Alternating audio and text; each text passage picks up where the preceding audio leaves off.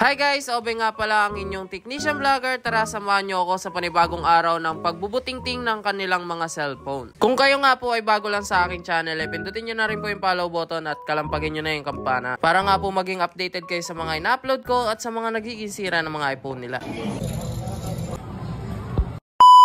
Ito guys, meron tayo ngayon ditong iPhone SE 2020. Papalitan natin siya ng battery at yung battery niya nga ay 76 battery health.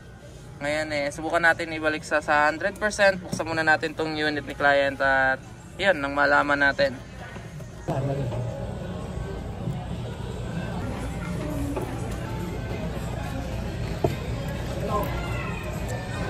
Gusto ko na si 25. Ito yung screen guys, safe na naman natin na bunot.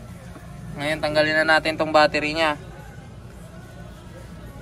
Then ikakabit nga pala natin itong Fly CDI na brand ng aftermarket battery para sa iPhone SE. So meron itong SE na to ng ilang mAh?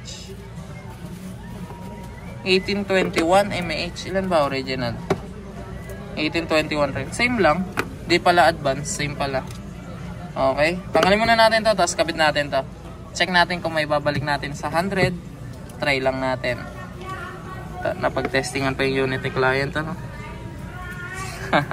Check natin. Ayan guys, check natin kung naibalik natin sa 100% yung battery health ng iPhone SE. Tsaka meron tayong waiting doon na iPhone 12 water damage. Ma'am, excuse po, ask ko lang po yung passcode.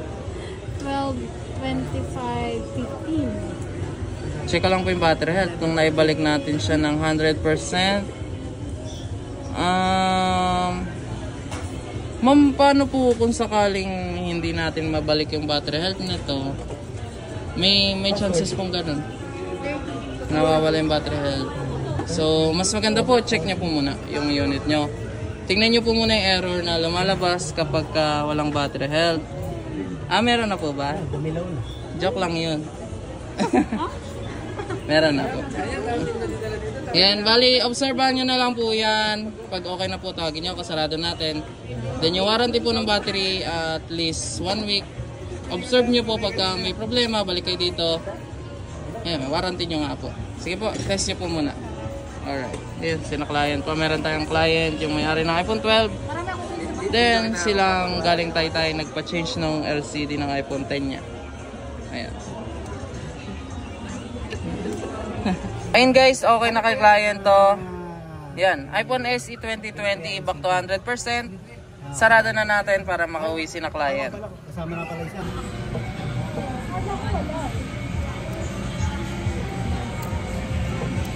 Charging board. Guys, as usual, may tape ulit para maobserbahan. Okay na yan, tapos balik natin kay client. Ma'am, excuse po, okay na po yung phone yung iPhone SE souvenir. Galing po kayo, Beng. Check nyo na lang po yung battery health kung naibalik po talaga. Mamaya, prank lang yun eh. Check nyo po muna bago kayo umalis. Ayan. Ayan, sina client from Morong. Ayan, may battery health po ba? Lumabas po ba? Ayun, okay na po. Thank you po Ayan, sina client from Morong. Alright. Ito guys, meron tayo ngayon ditong iPhone XR na 1% lang kahit i-charge mo, 0 remaining, 1% remaining. Tapos wala na yung battery health. Ngayon i-check muna natin kung magagawa natin sa solution na hindi papalitan yung battery. Yung iba po kasi, joke lang. Buksan muna natin tong unit at check natin yung unit ni client. Oo.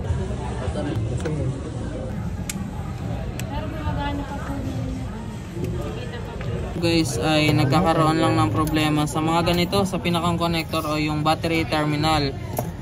Pagka nagkakaproblema yan, ang nangyayari nga sa unit ay nai-stuck siya sa 1% remaining kahit i-charge mo, hindi dumadagdag at wala na yung battery health. Ngayon, same issue yung sinasabi ko dito sa iPhone XR ni client. Ngayon, solusyonan lang natin, hindi natin muna papalitan kasi anti-clear niya nga yung battery problem, pero hindi ako naniniwala.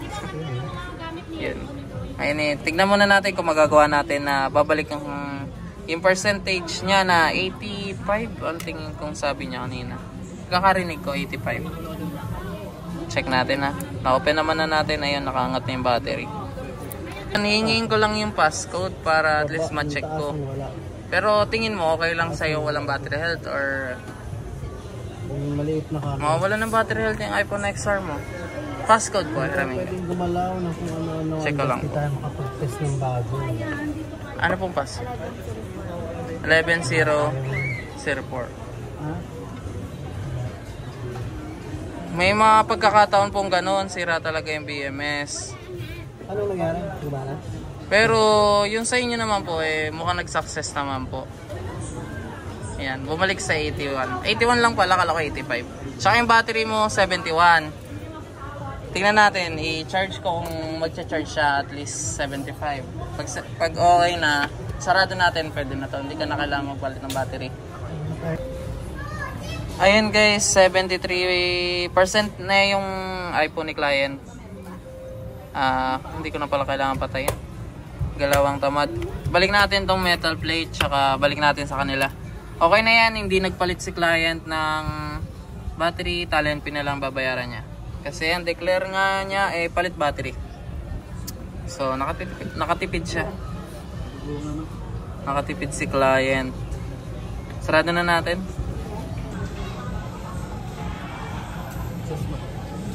Sigyan ko yan. Hindi nila something.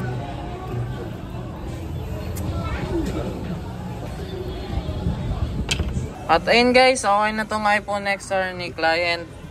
Lumabas na ulit yung battery health tsaka yung percentage na stock sa 1% tsaka 1% remaining nga. Walang battery health.